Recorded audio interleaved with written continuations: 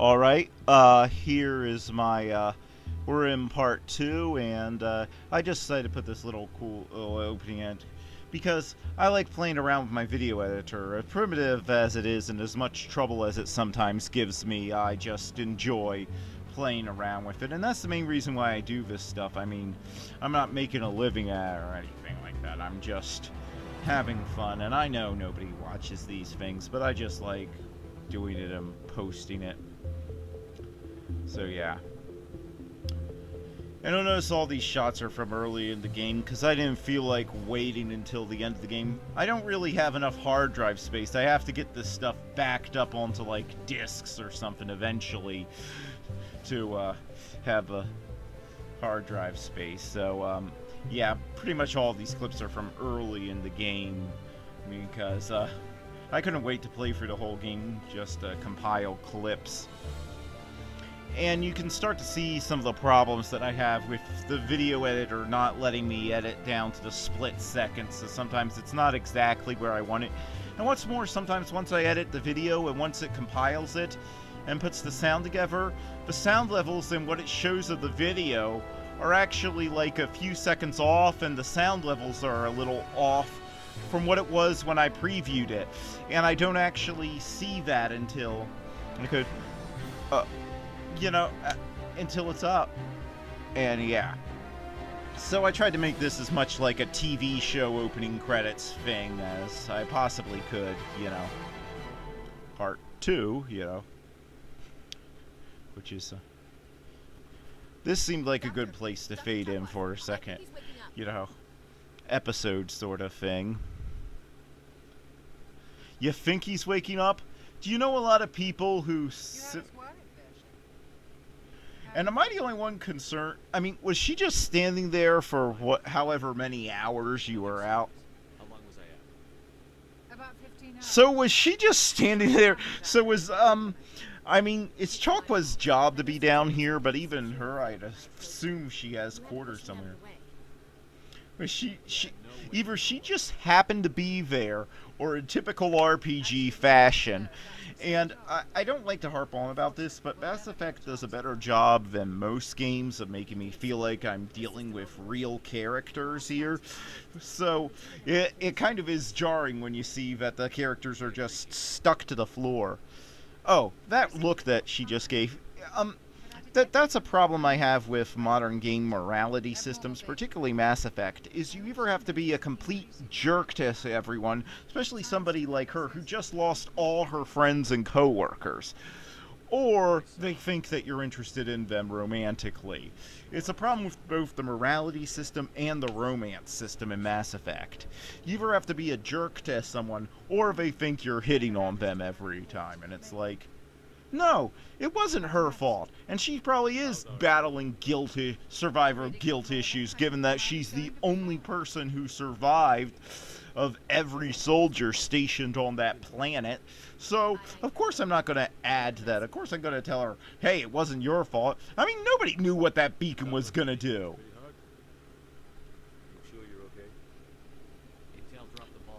Has there ever been any war story or science fiction story where Intel didn't drop the ball? Why do you even bother having intelligence networks? Wow, no dips, Sherlock. So yeah, I can either be she helped save my life on the planet, but I can say that that's a mistake bringing her, even though she seems to have the same level of credentials Shepard has. Huh.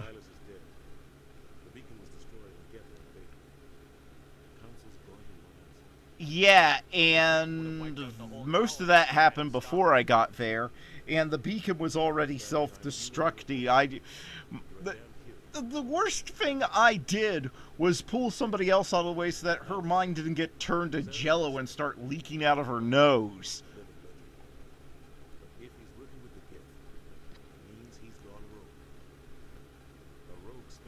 Yeah, and that's a problem with the organization of the Spectres, and why I don't think they could have lasted hundreds or thousands of years. I forget whether it's 1,000 years or several hundred years.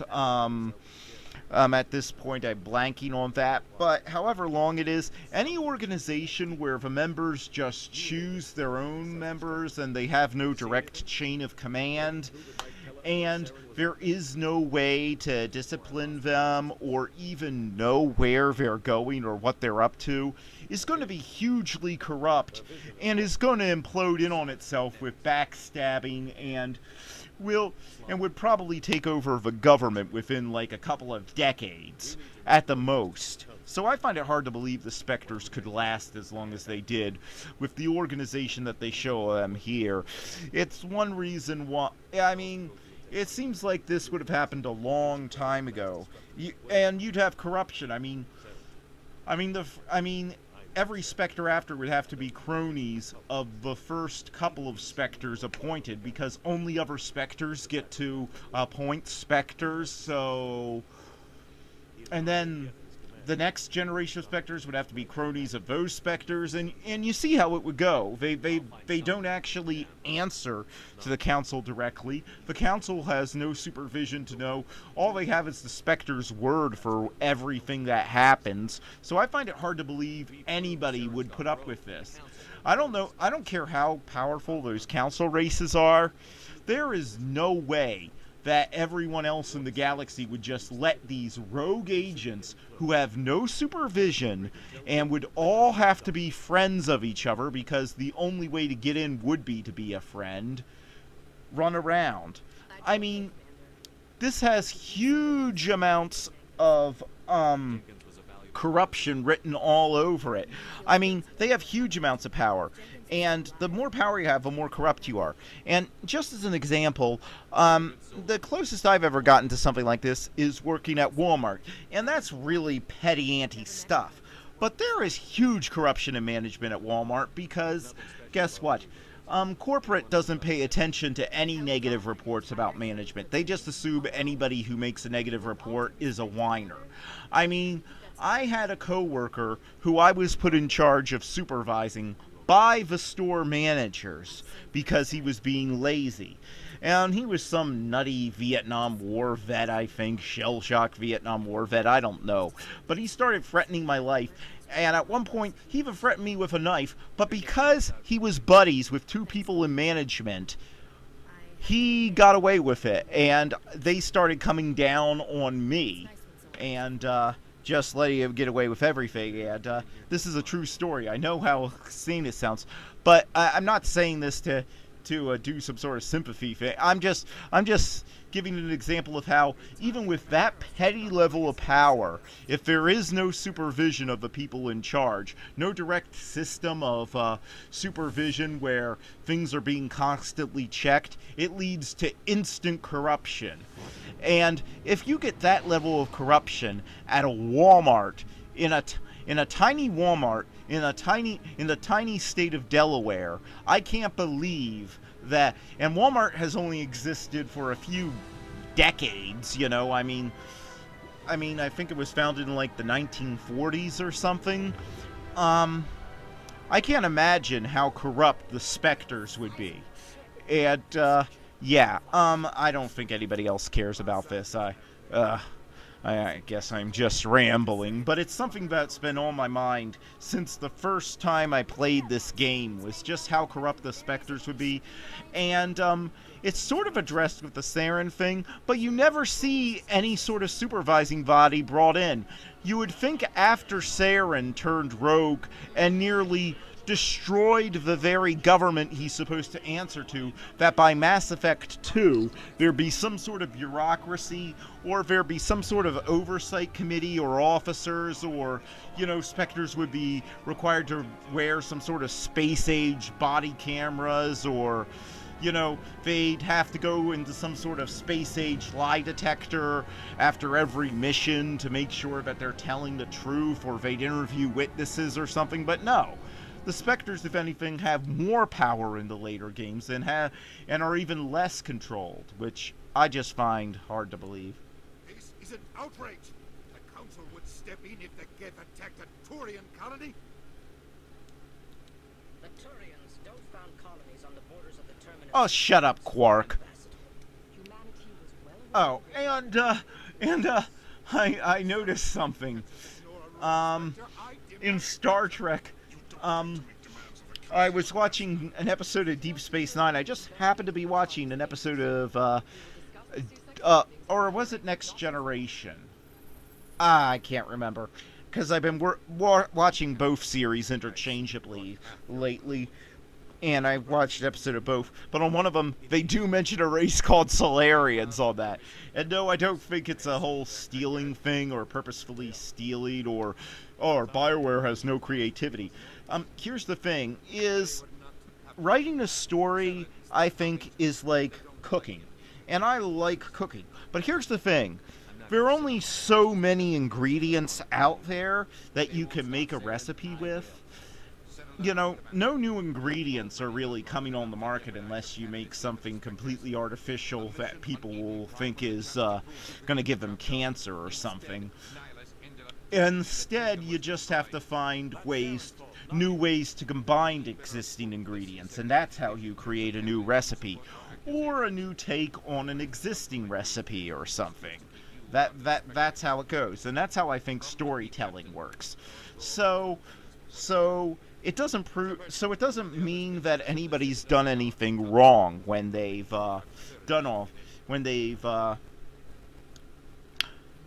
taken elements from things. But I just found it funny that Armin Shimmerman is playing a Solarian, and years before they mentioned a race called Solarians. I don't think we ever saw them on Star Trek, but I just mentioned in passing, some contraband or something was shipped through a Solarian colony. And I think the episode I was watching even involved the Ferengi. So Armin Shimmerman probably played the most famous Ferengi in the history of Star Trek, and he's played a Solarian here. And I don't know. That just makes me laugh. If you have more questions, please access Arena. What's that? Oh, Arena is the virtual guide for the Citadel. Oh, and this just makes me sad when I play Mass Effect 2.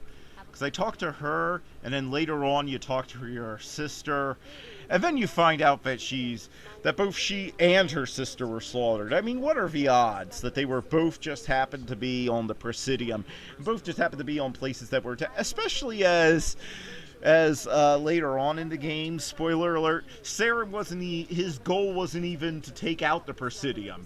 He had one goal: get to the council chambers. So I don't think he spent a lot of time, making sure he slaughtered everybody on the Presidium, since that wasn't his goal anyway. He thinks he's trying to save lives, so I don't think he would make a...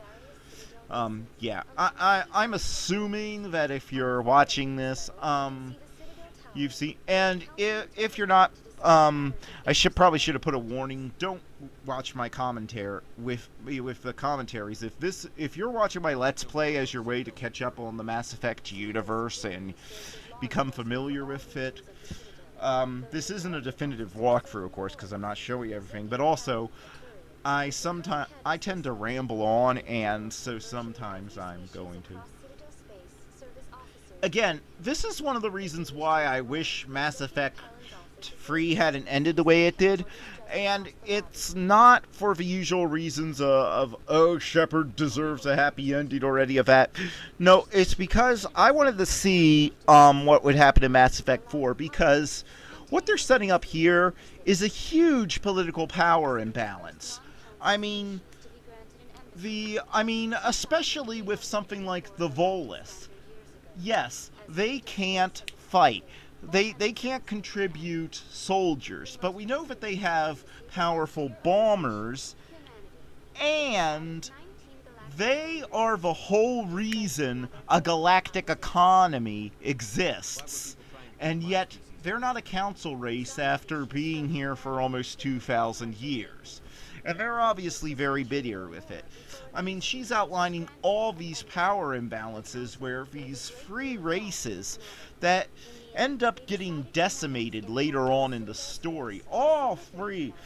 In fact, if you count humanity, there are 4 council races. Out of all the races in the space, 4 of them are the only ones that actually have political power. And as we just saw with the human ambassador, they're like, you don't get to make demands of the council. So again, you talk to a Volus ambassador later, and he is 100% right. The embassies are only there to try and keep you shut up so that you just let whoever the council races are just do whatever they want to you. They could just decide to wipe out a whole colony of your people, and you just have to stand there and take it because they have the fleets, and they'll always stand together, and these free races will stand together in unity. I mean, look what they did to the Krogan. They committed what can only be described as a war crime against the Krogan. I mean, they're attempting genocide. I mean, the Krogan are dying out. The Krogan will be dead in a few more centuries if you don't do something. And yet they're just allowed to get away with it because these free, powerful races always agree with each other and never oppose each other. It's sort of like the political system we have now, actually, which is actually pretty realistic, I guess. Once you get a two-party system, any sort of party system where everybody goes to the same schools and everybody's part of the same clubs and everybody's in the same income bracket, they're all going to stand together. It's the reason why no matter who you vote for, we seem to get the exact same policies. I mean, the rhetoric you get in politics these days is more hateful than it's ever been, but when you get down to it, has government policy really changed? Despite the fact that Democrats claim that, Gitmo is a war crime, has that place actually been closed? No, because in the end, they're not, as much as they spew venom at each other, they've all gone to the same schools, they all go to the same income bracket, they all go to the same parties. At election time, they'll spew venom at each other, but in the end, they'll all pretty much go with the same thing. Ah, here he comes. Yeah, the best squad mate in the game. Garrus. Yeah, there's a reason why he's a fan favorite. He's basically Dirty Harry in space. Commander Shepard, Garrus McCarran. I was the officer in charge of the C-Sec investigation in Sarah. Who were you just talking to? That was Executor Pound, head of Citadel Security. Yeah, when you said you were part of C-Sec, if you say that he's head of C-Sec Security, I'd assume that he was your boss. That's a bit of clunky exposition. I think the council's ready for us, Commander. How do you know? They're all the way up here. One thing that I have to say is, this place is awfully dark and dank, and yeah, I see a few trees, which puts it above Star Trek, I guess, because there is some green, but I have to think, I know that this lighting is more dramatic, and in movies I prefer seeing this type of lighting and stuff, but if I think about I having to live here, I think that after like 2 weeks living here, I would hang myself. Look at how dank and depressing every last space of this place is. Star Trek may be overlit for dramatic purposes, but at least it looks like a place where I would find myself, or where I wouldn't be constantly depressed and going, oh, what time is it? Is it morning? What's going on? I mean, look, this is the seat of galactic power, and they're like totally in shadow. You couldn't afford to buy some light bulbs. I'm pretty much broke, but I'll give you the $10 to buy some light bulbs and, cheap lamps at like Walmart or Target or somewhere. I mean, maybe that's why these people are so jaded. Maybe they've been stuck on this station for years doing their job. The only way you could know about the beacon was if you were there. With Nihilus gone, his files passed on to Wait, what? again, this goes back to my basic thing of the specters in reality. In any real political Expect me to kill you the next time. yeah. Haha. I'm the guy with the giant scar on his face who held off an entire enemy army. Don't. There's no right to say that. That's not his decision. Actually, I'm pretty sure the council does answer to the specters. Because, look, they can't even make him stay on the line. Look, he's about to hang up, and, they can't even make their own employees stay on the line.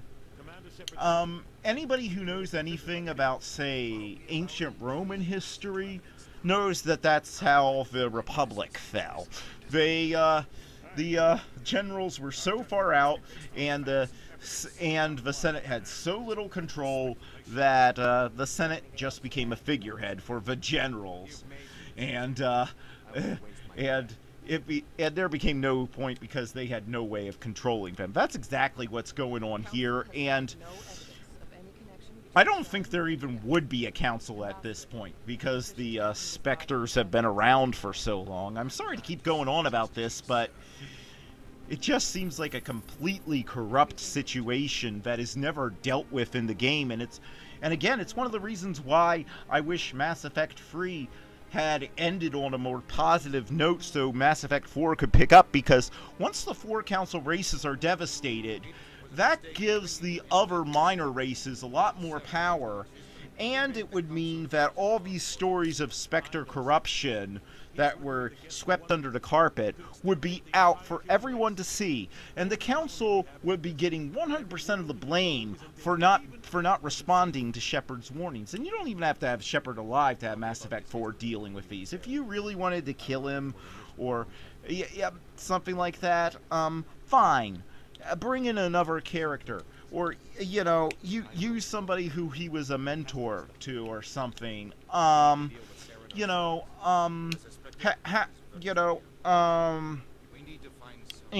just have that person and have Mass Effect 4. I would have loved to have seen a Mass Effect 4 that dealt with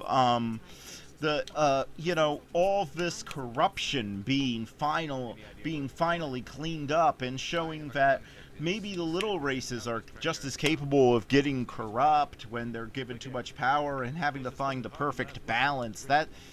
That's the really interesting thing about this story. To me, a story where you tear down where you establish what the norm is, and then you have an all-powerful force come in and wipe out the standard order, and you just barely survive. To me, that's only interesting if you then show what happens next. And the rumors about where Mass Effect 4 is going, where it's going to be in another galaxy and like thousands of years in the future, so it'll have no connection to the first 3 Mass Effect games, that just doesn't interest me at all. I mean, why even set up all this political intrigue and all this idea that, the council races have too much power and the specters have too much power and they're out of control, and the only way to get rid of one that goes rogue is to have another specter kill him? That's just asking for trouble, since only other specters can choose them. So in other words, you're hoping that somebody who's a friend of theirs, who got their job because they know this specter, will be willing to go out and kill him, and that they'll trust a bunch of politicians more than they'll trust somebody who might be a personal friend of theirs. That's kind of... And I wanted to see that dealt. I wanted to see a story that covered that in a sequel, but enough complaining. Instead, I'm going to talk about what I like, which is that this is the part that I know a lot of people hate. Everybody that I've ever talked to hates this section of the game. And this is actually... And it tends to be, I think, to most people, the most boring part of every RPG. You always get this 2 or 3 hour period in any RPG where you're, just going around talking to people a lot and getting the backstory and finding out about the universe. But this is in most RPGs, including this one, my favorite part, because you're getting immersed in this new world, you're getting to learn about it, and maybe it's just because I've always been very interested in history and politics, and I'm hearing about fake history and politics from a guy who's done a bunch of Ken Burns and other PBS documentaries. So I don't know. I don't know. Keith David does give you a lot of the exposition here, and I don't know if it was on purpose, but to me, as somebody who grew up like watching documentaries where he did a lot of narration, you know, on PBS, it just gives it an extra hint of legitimacy and just makes it feel a little more legitimate to hear somebody whose voice I associate with giving out actual historical facts, giving you this fake history. So I don't know if that was a deliberate choice on BioWare's part, or if it was just a happy accident, but for me it just works. It's fun. They're careful. You've established... How can they be careful when the only thing they know is the recommendation from another Spectre? So that's not being careful. To be actually careful, you have to have like some sort of outside committee giving you... that's not involved. That's not a part of that organization at all. That's the problem I think we run into, where I think a lot of the stuff where people talk about police brutality gets overblown a lot, and it's a lot of people, and it's a lot of the same reason people believe in conspiracy theories, but I don't think it helps the police's image that a lot of the times it's internal affairs, a division of their police department that investigates the matter. And I don't think that helps with the image of any organization, really.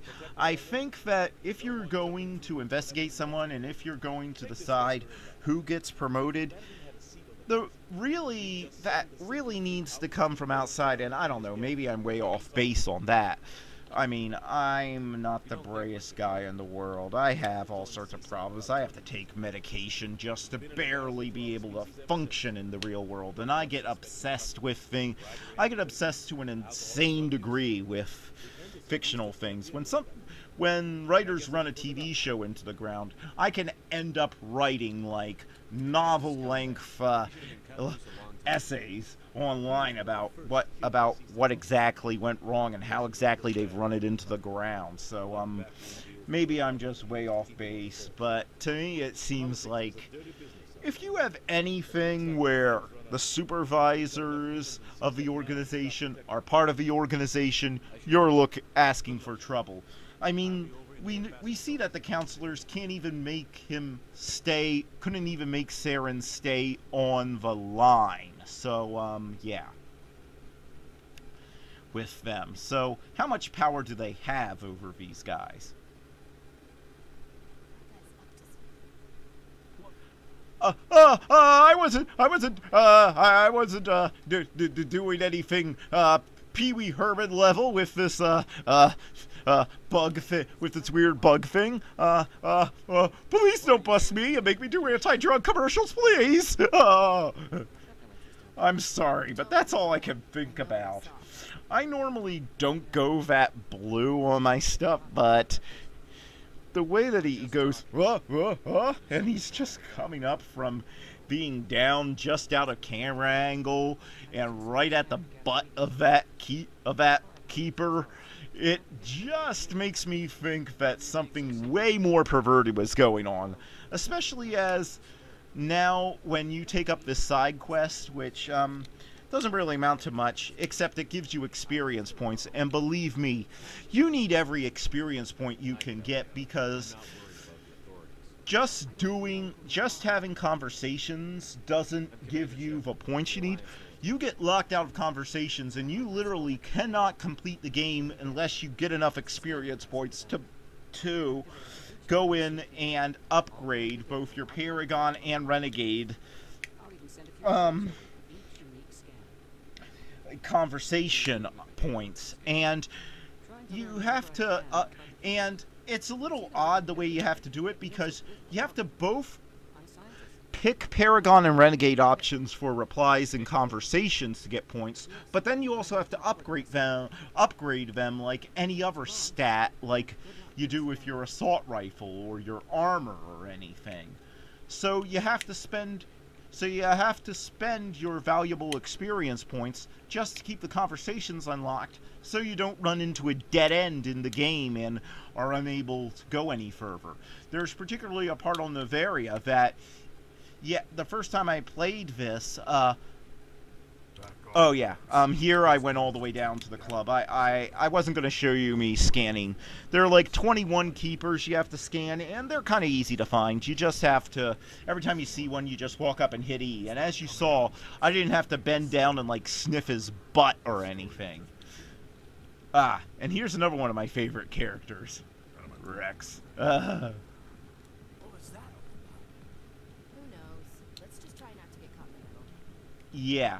I'm with Ashley on that one. You have enough on your plate right now trying to prove that a super agent space James Bond guy is leading an army of killer robots to wipe out the universe.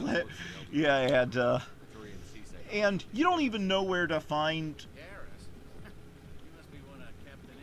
I don't even know why you need to do this. I mean, why would this guy know better than... I mean, I assume Garrus must live somewhere.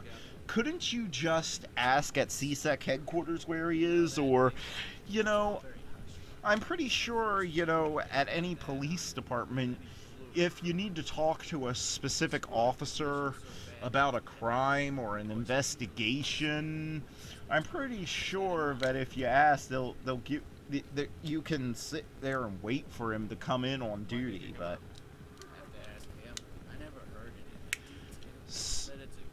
How is it a good story? You have no details. All you have is, something went wrong on a mission, vaguely, 20 years ago. He may have been considered to be a Spectre, but I don't even think that's true since they, since after this they repeatedly call Shepard the first human Spectre. So, What's it like working for CSEC? You mean, what was it like? yeah, get your tenses properly. I may be a drunk, abusive jerk who should have been fired a long time ago, but I use proper grammar, God damn it! And I use my... And use your I mean, I'm drunk right now. I'm drunk, I'm drunk, high, and watching strippers. And even I know how to use proper verb tenses.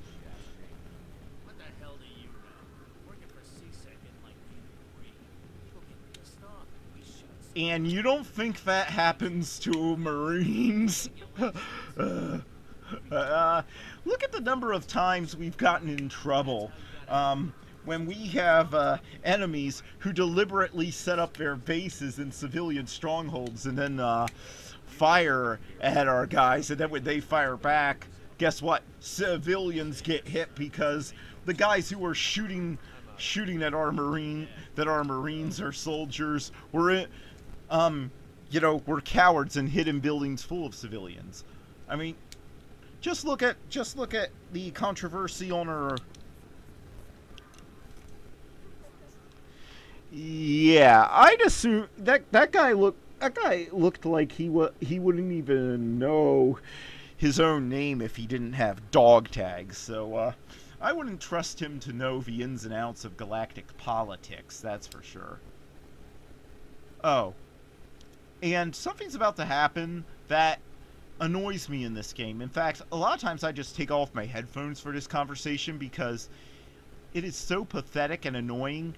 But you get a really good payoff in Mass Effect 2 if you make the right conversation options with this guy. And when I get to that, I'll talk about it. I won't spoil it if you haven't seen it or you're watching this.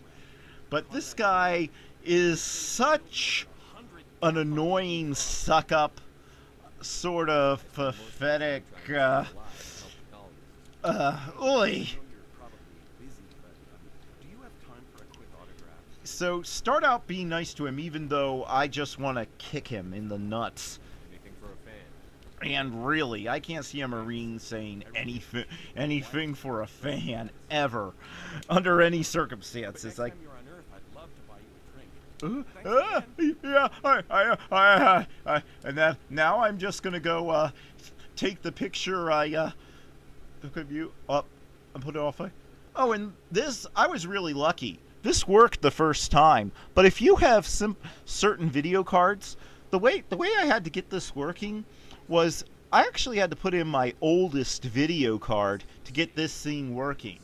The game's glitched somehow, where any video card I've used above the NVIDIA GeForce like 9500 GT, which is my oldest video card, it just, in the middle of the conversation here, right where you get to this, everything just goes black and your whole computer just stops responding and you have to turn off your computer. And this happened with 2 different computers I played this on. And so most of the time I avoid this, but but to me it really has the characters, you know, realizing the size of the world they're part of, and it has some really funny... Expect to get me in a tinfoil miniskirt and thigh-high boots. How about dinner first? Sir.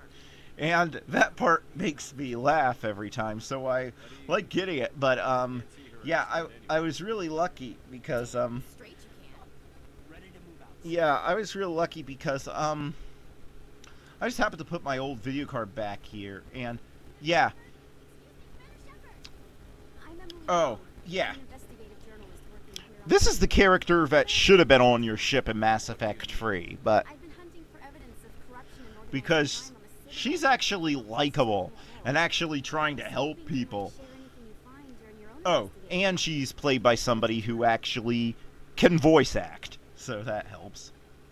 How do you know I'm Although, I'm not sure I trust my news from a reporter that... The journalist What kind of outfit is that? around. What is that? How do you know that my It reminds me of those really exploitative costumes that they put the female characters in Final Fantasy X2. I mean, why on earth would you have those holes there?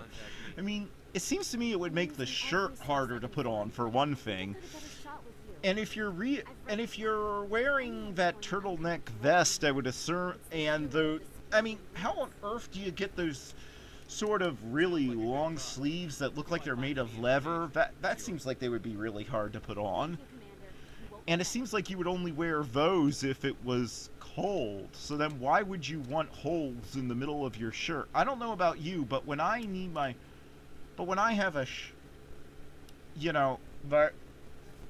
You know, if I'm wearing long sleeves, I don't want a hole in the middle of my shirt because that kind of defeats the purpose. Oh, and here's another way you can get easy experience points. Here, they're just random points where, for some reason, if you hit E, it'll give you, like, 25 experience points or something, and it's just like... That's the Garrus we know and love, although that is really stupid. And I always have Shepard call him out for that because it's like the dumbest thing you could do in a hostage situation. I mean, that guy only had to move like a quarter of an inch and he would have hit her. And being that your goal is to get information out of her, and they're trying to silence her, I mean, he's frustrated that his investigation stalled out, and she's his only lead. Oh great, our fire hydrants in the future explode in such a way that they kill people. I'm really glad that's something that happens. But again, why would you risk that? What were you thinking? You could have I mean, There wasn't time to think. I just reacted. I didn't mean to. that's always the mark of a great cop. Then again, it's one of the reasons why we also love him. But but at least RoboCop, he had like a computer chip. He was like computerized, that he like it only looked like he was gonna hit the hostage. He was actually shooting, you know, he's actually shooting where there wasn't any chance of her body parts getting in the way. Wouldn't tell me who did it. I could tell she was scared, probably on the run. She asked me about the shadow. And her Russian accent was even faker than mine. Yeah, Tally's Russian accent, it gets remarkably better in Mass Effect 2. I think all the voice actors get better. I don't know what I don't know what I'd have to look it up. I don't know what happened. Did they change voice directors, or did they just have more time to record because after the success of this they have? It's stupid even for him. Saren must have made him quite the offer. Yeah, it's stupid to betray the Shadow Broker. Spoiler alert for Mass Effect 2. He goes down like a wuss. he goes down like a wuss. She did. The information she was going to Oh, and here's a bit that gets me. It's a plot point you see in a lot of fiction, and it's a cliche I call framing yourself. And it's where the villain's gotten away scot-free. He's discredited everybody. There isn't any proof that anybody will believe. And yet he keeps coming after people, and that's how it proves that he... And they eventually only end up with proof that the villain did what he did because he came after trying to kill them. It happens all the time. It happens on 24 a lot. It happens in a lot of mystery shows. It happened with the big villain Bracken on Castle, and it happens here. And what I mean is that in Mass Effect 3, Tali says that she did try to take the proof that you're going after with her. She did try to take it to C-Sec, and they refused to receive it. So she had already been discredited. Shepard's been discredited. So Saren has no reason to kill either of you. The only thing that makes people pay attention to your proof, he's already discredited you. He's gone scot-free. He has all the power he could want. Nobody's chasing him, and nobody has any way. And the human government has said, even though he tried to nuke one of our colonies, if it means going up against the Council, we're not going after him. So he could have gotten away with his plan. Every single part of his plan could have worked. There would have been nobody in his way at all. But then he sends a bunch of guys to kill Tali and Shepard. And that is why his proof gets believed. Proof that people already had, but they had dismissed before. But then they pay attention to it because, oh, he tried to kill them. That must mean that it's true. And villains do it all the time in fiction, and it really bugs me. Unless you're going to write the villain as being, like, completely paranoid and their own worst enemy, which isn't the case with Saren here.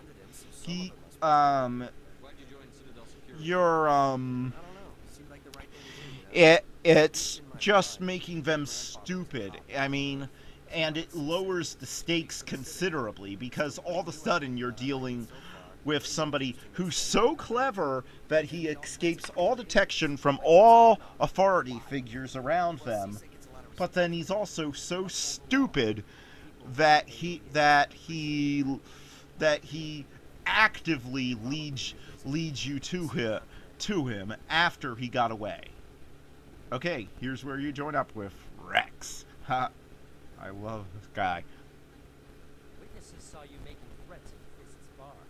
Stay away from I don't take orders from you. it. This is your only warning, Rex. You should warn Fist. I will kill him!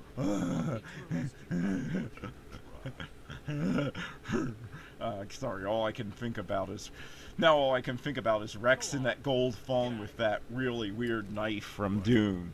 My name's Shepard. I'm going after Fist. Thought you might want to come along. Shepard. The man. How? I've heard a lot about you. We're both warriors. Okay. Out of respect. How many warrior cultures are there in this galaxy exactly? We have the Turians, the Krogan, I mean... My people.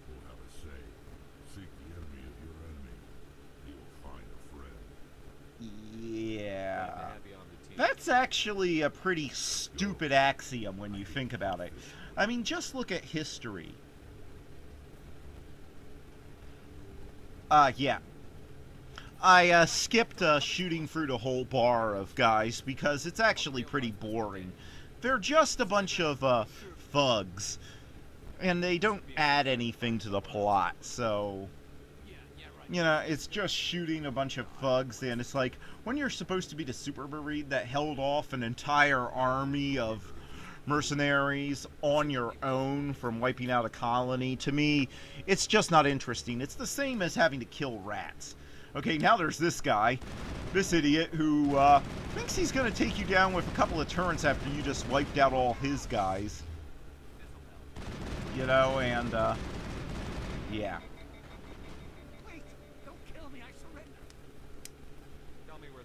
Haven't you learned anything from 24? You should go, tell me where the Quarian is! Tell me where she is! Now! And then you should threaten to inject him with something that will be really painful or something. Face to face? Impossible.